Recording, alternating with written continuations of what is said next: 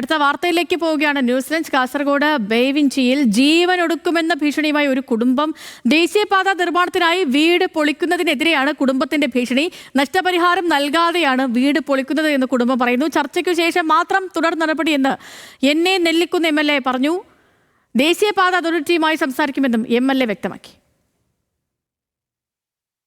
National highway authority of India ഇവിടെ ഒരു മർക്കട മുഷ്ടിയാണ്, ഒരു പിടിവാശിയാണ്.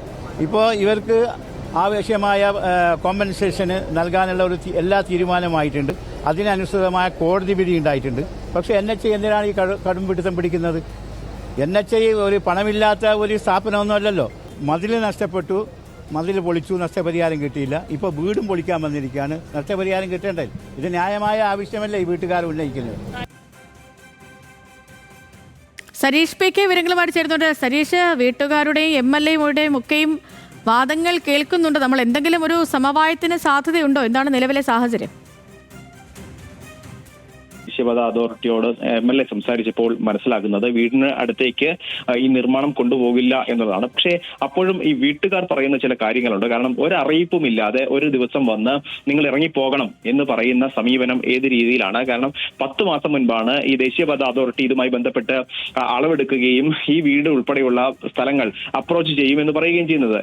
പക്ഷേ അത്തരത്തിൽ അറ്റാച്ച് ചെയ്യും എന്ന് വാക്കാൽ പറയുകയും ഈ വീട്ടിൽ നിന്ന് മാറണം എന്ന് പറഞ്ഞതിന് ശേഷം പിന്നീട് ഒരു നടപടിയും ഉണ്ടായിട്ടില്ല. അതിനുശേഷം കോടതിയിൽ ഈ നടപടികൾ എത്തുന്നു. ഇന്ന് രാവിലെ പെട്ടെന്ന് എത്തി ഈ വീട്ടിൽ നിന്നും ഇറങ്ങണം, ഇത് വീട് പൊളിക്കാൻ പോവുകയാണ് എന്ന് പറഞ്ഞപ്പോഴാണ് ഇത്തരത്തിൽ കുടുംബം ഉൾപ്പെടെ ജീവനെടുക്കുന്ന ഒരു സാഹചര്യത്തിലേക്ക് പോയത്. ഇപ്പോൾ നമ്മോടൊപ്പം ഈ അല്ലെങ്കിൽ കുടുംബത്തിലെ ആളുകൾ തന്നെയുണ്ട്.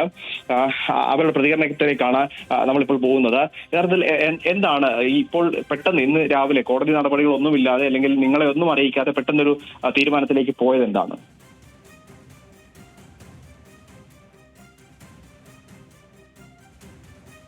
അതോറിറ്റി തമ്മിലുള്ളൊരു കേസാണ്. ഒരു കൊല്ലം മുമ്പ് 17/1/25 ജില്ലാ കലക്ടർ ഈ വീടിൻ്റെ മൊത്തം പൈസ തരാമെന്ന് പറഞ്ഞതാണ്.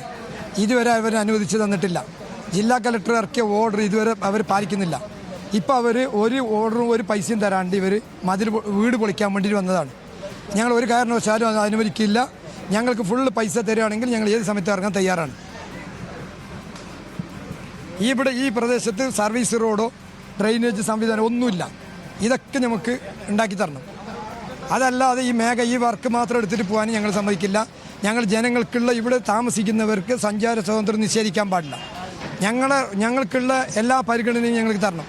ഇതുവരെ ഒരു റോഡോ സർവീസ് റോഡോ ഡ്രെയിനേജ് സംവിധാനം ഒന്നുമില്ല. ജില്ലാ കളക്ടർ ഓർഡർ ഇറക്കിയിട്ട് പോലും അവർ പാലിക്കാതെയാണ് ഇവർ പണി നടത്തുന്നുള്ളത്. ഇവിടെ ഈ സ്കൂളിൻ്റെ മേലെന്നാണ് ഇവർ മണ്ണെടുക്കുന്നുള്ളത് അനധികൃതമായിട്ട്. ആ മണ്ണ് മൊത്തം ഈ മണ്ണെടുത്താൽ ഇവിടെ കൊണ്ടുവന്നിട്ടിട്ടാൽ ആ മൊത്തത്തിൽ നിന്ന് മുകളിൽ നിന്ന് നേരത്തെ ആ നാഷണൽ ഹൈവേ ഇടിഞ്ഞു വീണിട്ട് വെള്ളം വന്ന് കുടുങ്ങിയതാണ്. ആ വെള്ളം മൊത്തം ഇവിടേക്കാണ് വരുന്നത്. ഞങ്ങൾക്ക് വീട്ടിൽ താമസിക്കാൻ പറ്റുന്നില്ല. കലക്ടർ നീതി പാലിക്കണം. കലക്ടർ ഞങ്ങൾ ഈ കാര്യങ്ങൾ പരിഗണിച്ചിട്ട് എത്രയും പെട്ടെന്ന് ഞങ്ങൾ ഈ വീടിൻ്റെ കോമ്പൻസേഷൻ തരണം. ഞങ്ങൾക്ക് സഞ്ചാര സ്വാതന്ത്ര്യം നിഷേധിക്കാതെ സർവീസ് റോഡും ഡ്രെയിനേജ് സംവിധാനം ഉണ്ടാക്കി തരണം. ഓക്കെ സരീഷ്, ശരി. അപ്പോൾ അതാണ് വീട്ടുകാരുടെ ആവശ്യം. അവരുടെ ആവശ്യങ്ങളൊക്കെയും പരിഹരിച്ചതിന് ശേഷം വികസനമാകാം എന്നാണ് വീട്ടുകാരുടെ നിലപാട്. സരീഷ് PK ആണ് കാസർഗോഡ് നിന്ന് വിവരങ്ങൾ നൽകിയത്.